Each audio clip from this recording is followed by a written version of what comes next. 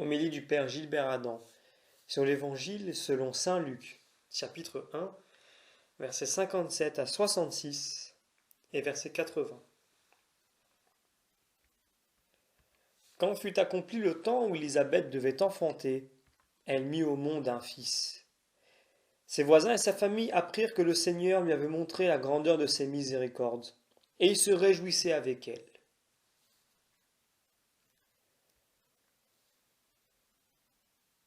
La nativité de Jean-Baptiste nous est donnée comme un événement unique. Il naît d'un couple âgé, stérile. Élisabeth mit au monde un fils. Cette expression commune est riche d'un sens profond. Un souffle intérieur échangé entre Élisabeth et Zacharie dans leur intimité porte cette décision qui vient d'en haut. Il s'appellera Jean. Le monde reçoit celui que personne n'espérait plus. Il se réjouit, mais aussitôt tend à faire sien cet enfant, à se l'approprier. Alors une rupture surgit à l'énoncé de son nom. Il s'appellera Jean, dit sa mère. La naissance de Jean-Baptiste est la beauté d'un recommencement, d'une promesse. La bonne nouvelle nous entraîne toujours en avant. Elle nous sort de nous-mêmes, elle nous conduit à la vie véritable. C'est dans la faiblesse et la pauvreté de cet enfant que Dieu agira pour le salut du monde.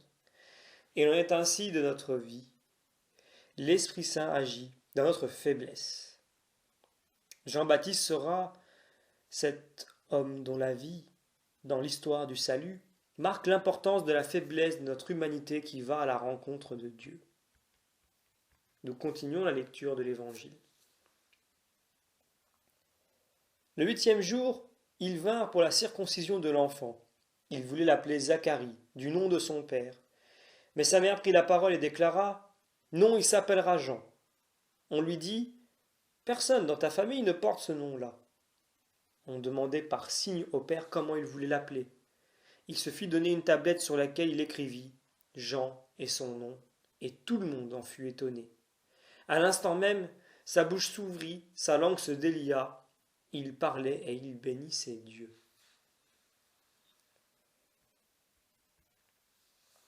Que sera donc cet enfant? Il ira jusqu'au péril de sa vie pour dire le droit. Le bonheur de cette naissance est une perle pour nous tous. La joie d'exister est redonnée à la terre des hommes. Il fait sortir chacun de l'épaisseur du quotidien, de l'habituel, pour le projeter dans la volonté de Dieu. Il est la voix qui crie dans le désert. Il fait tomber de chacun ce qui l'empêche de voir la beauté de Dieu. À Hérode, il dira « Tu n'as pas le droit de prendre la femme de ton frère pour épouse. » Dès sa conception, Jean-Baptiste relance la question de l'existence. Il la ramène à Dieu. Par lui, la liberté intérieure nous est redonnée dans l'Esprit Saint. L'esprit prophétique est un esprit d'humilité. C'est aussi un esprit de force. Il est un esprit de droiture et de justice. C'est en lui que notre oui est oui et que notre non est non. Nous terminons la lecture de l'Évangile.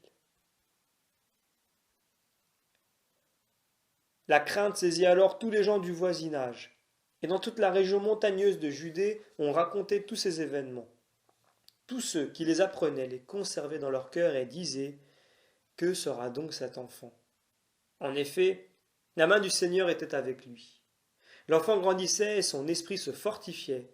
Il alla vivre au désert jusqu'au jour où il se fit connaître à Israël. Jean-Baptiste laissera tomber toutes les certitudes provisoires pour être pure attente de celui qui vient. Il ira à la limite de l'humain. L'Esprit Saint qui l'anime au plus profond le conduira au désert. La vie de Jean le Baptiste est un appel à la vie. À son école, chacun peut redécouvrir son propre chemin. Le prophète annonce Dieu. Il ne se met pas en avant. Ce qu'il doit dire, il le dit avec la force de la vérité, et il s'efface. Le plus petit dans le royaume des cieux est plus grand que lui, dira Jésus.